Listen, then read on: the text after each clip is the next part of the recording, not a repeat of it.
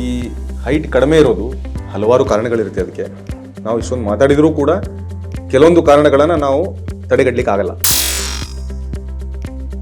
ಫಿಮೇಲ್ಸಲ್ಲಿ 16, ಮೇಲ್ಸಲ್ಲಿ 18 ಅಂತೆಲ್ಲ ಹೇಳ್ತಾರೆ. ಬಟ್ 16.5 ಆಗ್ತಾ ಆಗ್ತಾ ಆಗ್ತಾ ಸ್ಲೋ ಡೌನ್ ಆಗಿಬಿಡುತ್ತೆ ಹೈಟ್. Bone growth ನಿಂತೋಗ್ಬಿಡುತ್ತೆ. ಬೇಸಿಕಲಿ ಯಾವ ಯಾವ ಆಹಾರಗಳಿಂದ ನಮ್ಮ ಮೂಳೆಗಳ ಅಭಿವೃದ್ಧಿ ಆಗುತ್ತೆ, ನಮ್ಮ ದೇಹದ ಅಭಿವೃದ್ಧಿ ಆಗುತ್ತೆ, ಅದೆಲ್ಲದ್ರ ಆ ಎಲ್ಲ ಆಹಾರಗಳು ಕೂಡ ನಮ್ಮ ಹೈಟಿಗೆ ಹೆಲ್ಪ್ ಮಾಡುತ್ತೆ. ಬೇಬಿ ಗ್ರೋತ್ ಕರೆಕ್ಟಾಗಿ ಆಗ್ತಾ ಇರಬೇಕು ಅಂದರೆ ಅವರ ವಾತ ದೋಷ ಅಂತ ಹೇಳ್ತಾರೆ ಆಯುರ್ವೇದದಲ್ಲಿ. ವಾತ ಪಿತ್ತ ಕಫ ಏನಿರುತ್ತೆ, ಆ ವಾಯು ದೋಷ ಅಥವಾ ವಾತ ದೋಷ ಏನಿರುತ್ತೆ ಅದು ತುಂಬ ಬ್ಯಾಲೆನ್ಸ್ ಆಗಿರಬೇಕು. ಅವಾಗಲೇ ಬೇಬಿ ಡೆವಲಪ್ಮೆಂಟ್ ಚೆನ್ನಾಗಾಗುತ್ತೆ.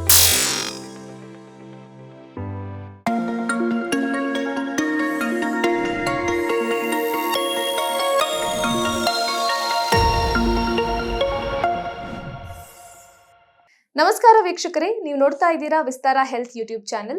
ನಾನು ಅಪೇಕ್ಷಾ ಜೈನ್. ಸಾಕಷ್ಟು ಜನರಿಗೆ ನಮ್ಮ ಎತ್ತರ ಕಡಿಮೆ ಇದೆ ಅನ್ನೋ ಕೀಳರಿಮೆ ಇರುತ್ತೆ, ಅಥವಾ ತುಂಬಾ ಜನ ನಾನು ಆರ್ಮಿ ಜಾಯ್ನ್ ಆಗಬೇಕು ಅಥವಾ ಪೊಲೀಸ್ ಆಗಬೇಕು ಅನ್ನೋ ಕನ್ಸು ಇಟ್ಕೊಂಡಿರ್ತಾರೆ. ಬಟ್ ಹೈಟ್ ಕಡಿಮೆ ಇರೋದ್ರಿಂದ ಅದು ಈಡೇರಕ್ ಆಗಿರೋದಿಲ್ಲ.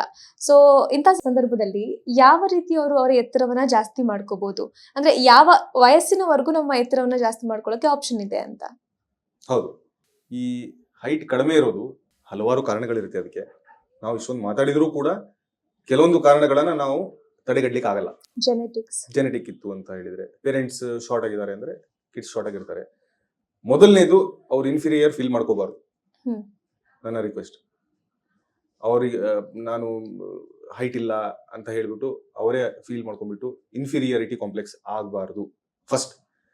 ಇನ್ನು ಸೆಕೆಂಡ್ ಏನಪ್ಪಾ ಅಂತ ಹೇಳಿದ್ರೆ, ಅಪ್ ಟು 16 ವಯಸ್ಸು 16 ಇಯರ್ಸ್ ವರೆಗೂ ಅವರು ಎಲ್ಲ ರೀತಿಯ ಪ್ರಯತ್ನ ಮಾಡಬಹುದು. ಹೈಟ್ ಅನ್ನು ಇನ್ಕ್ರೀಸ್ ಮಾಡಿ. ಅದರ ನಂತರ ಸ್ವಲ್ಪ ಸ್ಲೋ ಡೌನ್ ಆಗ್ಬಿಡುತ್ತೆ. ಫಿಮೇಲ್ಸ್ ಅಲ್ಲಿ 16, ಮೇಲ್ಸಲ್ಲಿ 18 ಅಂತೆಲ್ಲ ಹೇಳ್ತಾರೆ. ಬಟ್ 16.5 ಆಗ್ತಾ ಆಗ್ತಾ ಆಗ್ತಾ ಸ್ಲೋ ಡೌನ್ ಆಗ್ಬಿಡುತ್ತೆ ಹೈಟ್. ಬೋನ್ ಗ್ರೋತ್ ನಿಂತೋಗ್ಬಿಡುತ್ತೆ. ಸೊ ಹೈಟ್ ನಿಂತೋಗ್ಬಿಡುತ್ತೆ. ಅದಕ್ಕಾಗಿನೇ ಈ 16 ಒಳಗಡೆನೆ ಅವರು ಏನೇನು ಪ್ರಯತ್ನ ಮಾಡಬೇಕು ಅವ್ರ ಅದನ್ನ ಮಾಡ್ಲಿಕ್ಕೆ ಶುರು ಮಾಡ್ಬೇಕು. ಸೊ ಒಂದ್ಸರಿ ಪೇರೆಂಟ್ಸಿಗೆ ಅನಿಸ್ತು ಇವ್ರ ಹೈಟ್ ಕಡಿಮೆ ಇದೆ ಅಂತ ಅನಿಸ್ತು ಅಂತ ಹೇಳಿದ್ರೆ, ಡೇ 1 ಇಂದಾನೇ ಅವ್ರ ಎಫರ್ಟ್ಸ್ ಮಾಡ್ಲಿಕ್ಕೆ ಶುರು ಮಾಡಬೇಕು. First of all inferior feel ಮಾಡ್ಕೋಬಾರ್ದು. ಸೆಕೆಂಡ್, ಎಫರ್ಟ್ಸ್ ಬೇಗ ಶುರು ಮಾಡಬೇಕು. ಇನ್ನು ಎಫರ್ಟ್ಸ್ ಗಳಲ್ಲಿ ಏನೇನು ಅಂತ ಹೇಳಿದ್ರೆ, ಫಸ್ಟ್ ಆಫ್ ಆಲ್ ಸಿಂಪಲ್ ಆಗಿರುವಂತದ್ದು ಸ್ಕಿಪ್ಪಿಂಗ್ ಮತ್ತೆ ಜಂಪಿಂಗ್. ತುಂಬಾ simple, no investment. Skipping, jumping. ಏನ್ ಸರ್ ಜಿಮ್ಮಿಗೆ ಹೋಗ್ಬೇಕಾ, ಅಷ್ಟೊಂದು ದುಡ್ಡು ಕೊಡ್ಬೇಕು? ಏನು ಇಲ್ಲ. 5 ವರ್ಷ 6 ವರ್ಷ ಇದ್ದವರಿಗೆ ಜಂಪ್ ಮಾಡ್ಲಿಕ್ಕೆ ಆರಾಮಾಗಿ ಹೇಳ್ಬೋದು. ಅವರಾಗ ಅವರೇ ಜಂಪ್ ಮಾಡ್ತಾ ಇರ್ತಾರೆ.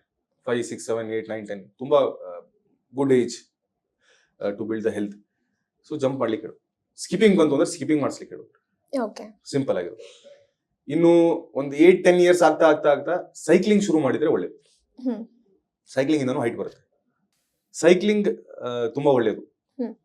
ಸೈಕ್ಲಿಂಗ್, ಜಂಪಿಂಗ್, ಸ್ಕಿಪ್ಪಿಂಗ್ ಎಲ್ಲ ಕ್ಲಬ್ ಮಾಡಿದ್ರೆ ಇನ್ನೂ ಒಳ್ಳೇದು. ನೇತಾಡೋದ್ರಿಂದ ಹೈಟ್ ಜಾಸ್ತಿ ಆಗುತ್ತೆ ಅಂತಾರೆ, ಹೌದಾ? ನೇತಾಡೋದ್ರಿಂದ ಹೈಟ್ ಜಾಸ್ತಿ ಆಗುತ್ತೆ ಅಂತ ಹೇಳೋದಕ್ಕಿಂತ ಪುಲ್ ಅಪ್ಸ್ ಏನ್ ಬರುತ್ತೆ, ಆ ಪುಲ್ ಅಪ್ಸ್ ಇಂದ ಅವರ over all strength, height improvement ಆಗುತ್ತೆ. ಮಸಲ್ ಎಲ್ಲ ಇಂಪ್ರೂವ್ಮೆಂಟ್ ಆಗುತ್ತೆ. ಸೊ ಪುಲ್ ಅಪ್ಸ್ ಮಾಡ್ಲಿಕ್ಕೆ ಸ್ಟಾರ್ಟ್ ಮಾಡಿದ್ರೆ ಒಳ್ಳೇದು. ಸಪೋರ್ಟ್ ತಗೊಂಡ್ಬಿಟ್ಟು ಪುಲ್ ಅಪ್ಸ್ ಮಾಡ್ತಾ ಇದ್ರೆ ಒಳ್ಳೇದು. ಆಮೇಲೆ ಸ್ವಿಮ್ಮಿಂಗ್ ತುಂಬಾ ಒಳ್ಳೇದು. ಸ್ವಿಮ್ಮಿಂಗ್ ಅವ್ರಿಗೆ ಏನ್ ತೊಂದರೆ ಇಲ್ಲ, ಪೇರೆಂಟ್ ಸಪೋರ್ಟ್ ಇದೆ, ಸ್ಕೂಲಲ್ಲೇ ಇದೆ, ಅಥವಾ ಅವರು ಪ್ರೈವೇಟ್ ಆಗಿ ಮಾಡ್ತಾ ಇದ್ದಾರೆ ಅಂತ ಹೇಳಿದ್ರೆ ಸ್ವಿಮ್ಮಿಂಗ್ ಕೂಡ ತುಂಬಾ ಒಳ್ಳೇದು. ಅದೇ ರೀತಿ ಜಾಗಿಂಗ್ ಮತ್ತೆ ರನ್ನಿಂಗ್ ಎಲ್ಲ ಕೂಡ ಹೈಟ್ ಇನ್ಕ್ರೀಸ್ ಮಾಡೋದಕ್ಕೆ ತುಂಬಾ ಒಳ್ಳೆಯ ಉತ್ತಮವಾದಂತಹ ಎಕ್ಸರ್ಸೈಸ್ಗಳು. ಅದರ ಜೊತೆನೆ ಸ್ಪೆಸಿಫಿಕ್ ಆದ ಗೇಮ್ಸ್ ಗಳು ಏನಾದ್ರು ಇತ್ತು, ಫುಟ್ಬಾಲ್ ಇದೆ, ಹಾಕಿ ಇದೆ, ಬಾಸ್ಕೆಟ್ ಬಾಲ್ ಇದೆ, ಇನ್ನೂ ಒಳ್ಳೇದು. ಸೊ ಅವರಿಗೆ 12, 13, 14 ಈ ಟೈಮ್ ಅಲ್ಲಿ ಅವ್ರ ಹೈಟ್ ಅನ್ನ ಕಂಟಿನ್ಯೂಸ್ ಆಗಿ ಇನ್ಕ್ರೀಸ್ ಮಾಡ್ಕೋಬಹುದು. ಸರ್, ಇನ್ನು ಯಾವೆಲ್ಲ ಆಹಾರಗಳು ನಮ್ಮ ಹೈಟ್ ನ ಜಾಸ್ತಿ ಮಾಡೋದಕ್ಕೆ ಪೂರಕವಾಗಿದೆ ಅಂತ? ಬೇಸಿಕಲಿ ಯಾವ ಯಾವ ಆಹಾರಗಳಿಂದ ನಮ್ಮ ಮೂಳೆಗಳ ಅಭಿವೃದ್ಧಿ ಆಗುತ್ತೆ, ನಮ್ಮ ದೇಹದ ಅಭಿವೃದ್ಧಿ ಆಗುತ್ತೆ, ಅದೆಲ್ಲದ್ರ ಆ ಎಲ್ಲ ಆಹಾರಗಳು ಕೂಡ ನಮ್ಮ ಹೈಟಿಗೆ ಹೆಲ್ಪ್ ಮಾಡುತ್ತೆ, ಹೈಟ್ ಬೆಳೆಸೋದಕ್ಕೆ.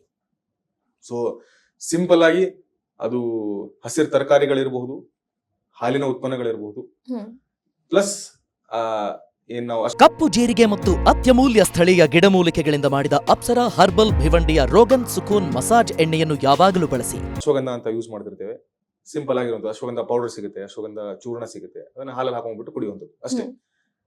ಅದು ಕೂಡ ಹೆಲ್ಪ್ ಆಗುತ್ತೆ. ಇನ್ನು ನಾನ್ ವೆಜಿಟೇರಿಯನ್ ಯಾರು ಇರ್ತಾರೆ ಅವರು ಮೊಟ್ಟೆ ಸೇವನೆ ಮಾಡಬಹುದು. ಓಕೆ. ಸೊ ಮೊಟ್ಟೆ ಸೇವನೆ ಮಾಡಿದ್ರು ಕೂಡ ಅದು ಹೈಟಿಗೆ ಹೆಲ್ಪ್ ಆಗುತ್ತೆ. ಈ ರೀತಿ ನಾರ್ಮಲ್ ನಮ್ಮ ಬಾಡಿಗೆ ಏನೇನು ಹೆಲ್ಪ್ ಮಾಡುತ್ತೆ, ಅದು ವೇಟಿಗಿರ್ಬೋದು, ಮಸಲಿಗಿರ್ಬೋದು, ಬೋನಿಗಿರ್ಬೋದು, ಎಲ್ಲ ಕೂಡ ಈ ಹೈಟಿಗೂ ಕೂಡ ಅಪ್ಲಿಕೇಬಲ್ ಆಗುತ್ತೆ. ಓಕೆ ಸರ್, ಇವಿಷ್ಟು ಒಂದು 16 ವಯಸ್ಸಿನ ತನಕ ಮಾಡಬೇಕಾದ ಆಕ್ಟಿವಿಟೀಸ್ ಆದ್ರೆ, ಒಂದ್ ವೇಳೆ 16 ವಯಸ್ಸಿನ ನಂತರ ಅವ್ರಿಗೇನಾದ್ರೂ ನಮ್ಮ ಹೈಟ್ ಜಾಸ್ತಿ ಮಾಡ್ಕೋಬೇಕು ಅಂತ ಅನ್ಸಿದ್ರೆ ಅವ್ರು ಯಾವ ರೀತಿ ಮಾಡ್ಕೋಬಹುದು ಅಂತ? 16ರಿಂದ 18 ಅಥವಾ 19, 20 ಮ್ಯಾಕ್ಸಿಮಮ್ ಒಂದು ವಿಂಡೋ ಪೀರಿಯಡ್ ಅಂತ ಹೇಳ್ತೀವಿ. ತುಂಬಾ exception, rarest cases, rarest cases ಅಲ್ಲಿ ಎಲ್ಲೋ ಒಂದ್ ಸ್ವಲ್ಪ ಜಾಸ್ತಿ ಆಗೋ ಸಾಧ್ಯತೆಗಳು ಇರುತ್ತೆ. ಆದ್ರೂ ಕೊನೆಯ ತನಕನೂ ನಾವು ಪ್ರಯತ್ನ ಬಿಡಬಾರ್ದು ಅಂತ ನಮ್ಮ ಆಯುರ್ವೇದದಲ್ಲಿ ರೆಫರೆನ್ಸ್ ಇದೆ. ಸೊ ಇದೇ ರೀತಿಯ ಆಕ್ಟಿವಿಟೀಸ್ಗಳನ್ನ, ಇದೇ ರೀತಿಯ ಡಯಟ್ ಅನ್ನ ಅವರು ಸೇವನೆ ಮಾಡ್ತಾ ಇದ್ರು ಅಂತ ಹೇಳಿದ್ರೆ ಸ್ವಲ್ಪ ವಿಗೋರಸ್ ಆಗಿ ಮಾಡ್ಬೇಕು. ಇವಾಗ 10 ವರ್ಷದವರು ಹೈಟ್ ಬೆಳೆಸ್ಬೇಕು, ಹೈಟ್ ಜಾಸ್ತಿ ಆಗ್ಬೇಕು ಅಂತ ಇರೋರು, ಅವರ ಪೇರೆಂಟ್ಸು ಅವರಿಗೆ ದಿವಸಕ್ಕೆ 30ರಿಂದ 50 ಸ್ಕಿಪ್ಪಿಂಗ್ ಅಥವಾ ಜಂಪ್ ಮಾಡ್ಲಿಕ್ಕೆ ಹೇಳಿದ್ರೆ ಇವರು 100 ಮಾಡ್ಬೇಕಾಗ್ಬೋದು. 100 ಮಾಡ್ಬೇಕಾಗ್ಬೋದು. ಸ್ವಿಂಗ್ ಅವರೆಲ್ಲ 15-20 ನಿಮಿಷ ಮಾಡಿದ್ರೆ ಇವರು ಒಂದು ಅರ್ಧ ಗಂಟೆ ಮಾಡ್ಬೇಕಾಗ್ಬೋದು. ಈ ರೀತಿ ಸ್ವಲ್ಪ ಮಾಡಿಫಿಕೇಶನ್ಸ್ ಮಾಡಿ ಸ್ವಲ್ಪ ವಿಗೋರಸ್ ಆಗಿ ಅದೇ ಆಕ್ಟಿವಿಟೀಸ್ ಅನ್ನ ತುಂಬಾ ಜಾಸ್ತಿನೂ ಮಾಡ್ಲಿಕ್ಕೆ ಹೋಗಬಾರ್ದು. ಅದಕ್ಕಿಂತ ಸ್ವಲ್ಪ ಜಾಸ್ತಿ ಮಾಡಿದ್ರು ಅಂತ ಹೇಳಿದ್ರೆ ಅವಾಗ ಹೈಟ್ ಇನ್ಕ್ರೀಸ್ ಆಗೋ ಸಾಧ್ಯತೆಗಳು ಇರುತ್ತೆ. ಓಕೆ ಸರ್, ಇನ್ನು ತಾಯಿ ತನ್ನ ಗರ್ಭಾವಸ್ಥೆಯಲ್ಲಿ ಇರಬೇಕಾದ್ರೆ ಯಾವ ರೀತಿ ಮಗುವಿನ ಬೆಳವಣಿಗೆಗೆ ಅಥವಾ ಮಗುವಿನ ಹೈಟ್ ಇನ್ಕ್ರೀಸ್ ಮಾಡೋದಕ್ಕೆ ಆಹಾರಗಳನ್ನ ಸೇವನೆ ಮಾಡ್ಬೇಕಾಗ್ಬೋದು ಅಂತ? ನಾನು ಅವಾಗಲೇ ಹೇಳ್ತಿದ್ದೆ, ಇನ್ಫೀರಿಯಾರಿಟಿ ಎಲ್ಲಿಗೋರೆಗೂ ಬಂದ್ಬಿಟ್ಟಿದೆ ಅಂದ್ರೆ ಗರ್ಭಿಣಿ ಇರುವಂತ ಅವಸ್ಥೆಯಲ್ಲೇನೆ ನಾವು ಹೈಟ್ ಅನ್ನು ಇನ್ಕ್ರೀಸ್ ಮಾಡಬೇಕು ಅಂತ ಚರ್ಚೆಗಳು ಬರ್ತಾ ಇದೆ. ಪೇರೆಂಟ್ಸ್ ಸ್ವಲ್ಪ ಹೈಟ್ ಕಡಿಮೆ ಇದ್ರೆ ಅವ್ರಿಗೆ ಅನ್ಸುತ್ತೆ, ಓಕೆ ನನ್ನ ಮಕ್ಕಳು ಕೂಡ ಹೈಟ್ ಕಡಿಮೆ ಇರುತ್ತೆ, ಸೊ ನಾನು ಇವಾಗ್ಲಿಂದ ಸ್ಟಾರ್ಟ್ ಮಾಡಬೇಕು ಅಂತ. ಹೌದು, ಅವರು ಕಂಪಲ್ಸರಿ ಯೋಗ ಪ್ರಾಣಾಯಾಮಗಳನ್ನ ಮಾಡ್ತಾನೆ ಇರ್ಬೇಕು, ತುಂಬಾ ಒಳ್ಳೇದು. ಆಮೇಲೆ ಅವರು ಸೊಪ್ಪು ತರಕಾರಿಗಳನ್ನ ಈ ರೀತಿ ಸೇವನೆ ಯಾವ ರೀತಿ ಸೇವನೆ ಮಾಡ್ಬೇಕಂದ್ರೆ ಮಲಬದ್ಧತೆ ಆಗದೆ ಇರೋಂಗೆ ಸೇವನೆ ಮಾಡ್ತಾ ಇರ್ಬೇಕು, ತುಂಬಾ important. So baby growth correct ಆಗಿ ಆಗ್ತಾ ಇರ್ಬೇಕು ಅಂದ್ರೆ ಅವರ ವಾತ ದೋಷ ಅಂತ ಹೇಳ್ತೀವಿ ನಾವು ಆಯುರ್ವೇದದಲ್ಲಿ, ವಾತ ಪಿತ್ತ ಕಫ ಏನಿರುತ್ತೆ, ಆ ವಾಯು ದೋಷ ಅಥವಾ ವಾತ ದೋಷ ಏನಿರುತ್ತೆ ಅದು ತುಂಬಾ ಬ್ಯಾಲೆನ್ಸ್ಡ್ ಆಗಿರ್ಬೇಕು. ಅವಾಗೇನೆ ಬೇಬಿ ಡೆವಲಪ್ಮೆಂಟ್ ಚೆನ್ನಾಗುತ್ತೆ. ತುಂಬಾ ಜಾಸ್ತಿನೂ ಇರಬಾರ್ದು, ತುಂಬಾ ಕಡಿಮೆನೂ ಇರಬಾರ್ದು, ಬ್ಯಾಲೆನ್ಸ್ಡ್ ಆಗಿರ್ಬೇಕು. ಇನ್ನು ಫ್ರೂಟ್ಸ್ ಗಳ ಸೇವನೆ ಮಾಡ್ತಾ ಇರ್ಬೋದು. ಜನರಲ್ ಏನೇನ್ ರೂಲ್ ಅಪ್ಲಿಕೇಬಲ್ ಇರುತ್ತೆ ಅದು ಇದ್ದೇ ಇರುತ್ತೆ. ಸ್ವಲ್ಪ ಸ್ಪೆಸಿಫಿಕ್ ಆಗಿ ಇನ್ನು ಅವರು ಫೈನ್ ಟ್ಯೂನ್ ಆಗಿ ಮಾಡ್ತಾ ಇದ್ರೆ ಒಳ್ಳೇದು. ಫ್ರೂಟ್ಸ್ ಗಳ ಸೇವನೆ ಮಾಡ್ತಾ ಇರ್ಬೋದು, ತುಪ್ಪದ ಸೇವನೆ ಮಾಡ್ತಾ ಇದ್ರೆ ತುಂಬಾ ಒಳ್ಳೇದು ಗರ್ಭಿಣಿ ಇದ್ದಾಗ. ಅದೇ ರೀತಿ ಅಗೇನ್ ಒನ್ ಮೋರ್ ಕಾಂಟ್ರವರ್ಸಿ ಇದು, ನಾವು ಬೆಣ್ಣೆನ ಸೇವನೆ ಮಾಡಿ ಅಂತ ಹೇಳ್ತೇವೆ ಗರ್ಭಿಣಿಯವರಿಗೆ, ಕಂಟೆಂಪರರಿ ಸೈನ್ಸ್ ಅವ್ರು ಮಾಡಬೇಡಿ ಅಂತ ಹೇಳ್ತಾರೆ. ನಾವು ಬೆಣ್ಣೆ ಸೇವನೆ ಅಟ್ಲೀಸ್ಟ್ 2ರಿಂದ 3 ತಿಂಗಳು ಮಾಡಿ ಒಳ್ಳೇದು ಅಂತ ಹೇಳ್ತಾ ಇರ್ತೇವೆ. ಅದರಿಂದ ಕೂಡ ಮಗುವಿನ ಬೆಳವಣಿಗೆ ತುಂಬಾ ಚೆನ್ನಾಗುತ್ತೆ. ನಾನ್ ವೆಜಿಟೇರಿಯನ್ ಇರೋರಿಗೆ ನಾನು ಅವಾಗಲೇ ಏನ್ ಹೇಳಿದೆ ಅದು ಎಲ್ಲ ಅಪ್ಲಿಕೇಬಲ್ ಆಗುತ್ತೆ. ಗರ್ಭಿಣಿಯಲ್ಲೂ ಕೂಡ ಅದೇ ಅಪ್ಲಿಕೇಬಲ್ ಆಗುತ್ತೆ. ತಿಂದ್ರು ಅಂದ್ರೆ ಮಗುವಿನ ಬೆಳವಣಿಗೆ ಗರ್ಭದಲ್ಲಿ ಚೆನ್ನಾಗುತ್ತೆ. ಓಕೆ ಸರ್, ಯಾವ ರೀತಿ ನಮ್ಮ ಎತ್ತರವನ್ನ ಜಾಸ್ತಿ ಮಾಡ್ಕೊಳ್ಬಹುದು ಅನ್ನೋದ್ರ ಬಗ್ಗೆ ಸಾಕಷ್ಟು ಮಾಹಿತಿಯನ್ನು ತಿಳಿಸಿಕೊಟ್ರಿ. ಧನ್ಯವಾದ. ಗಾಯ, ಉಳುಕು, ತಲೆನೋವು, ಸೊಂಟ ನೋವು, ಕೀಲು ನೋವು, ಮೈಕೈ ನೋವು, ಎಲ್ಲ ರೀತಿಯ ಬೇನೆಯಿಂದ ಮುಕ್ತರಾಗಿ ಅಪ್ಸರಾ ಹರ್ಬಲ್ ಭಿವಂಡಿಯ ರಿಜಿಸ್ಟರ್ಡ್ ಟ್ರೇಡ್ಮಾರ್ಕ್ ಹಾಗೂ ಹಾಲೋಗ್ರಾಮ್ ಅನ್ನು ನೋಡಿ ಖರೀದಿಸಿ. ಅನುಕ್ಷಣದ ಸುದ್ದಿಗಳಿಗಾಗಿ ವಿಸ್ತಾರ ನ್ಯೂಸ್ ಯೂಟ್ಯೂಬ್ ಚಾನೆಲ್ ಸಬ್ಸ್ಕ್ರೈಬ್ ಮಾಡಿ. ಹೊಸ ಸುದ್ದಿಗಳ ನೋಟಿಫಿಕೇಶನ್ಗಾಗಿ ಬೆಲ್ ಐಕಾನ್ ಕ್ಲಿಕ್ ಮಾಡಿ. ಲೇಟೆಸ್ಟ್ ಅಪ್ಡೇಟ್ಸ್ಗಾಗಿ www.vistaranews.com ವೆಬ್ಸೈಟ್ಗೆ ವಿಸಿಟ್ ಮಾಡಿ.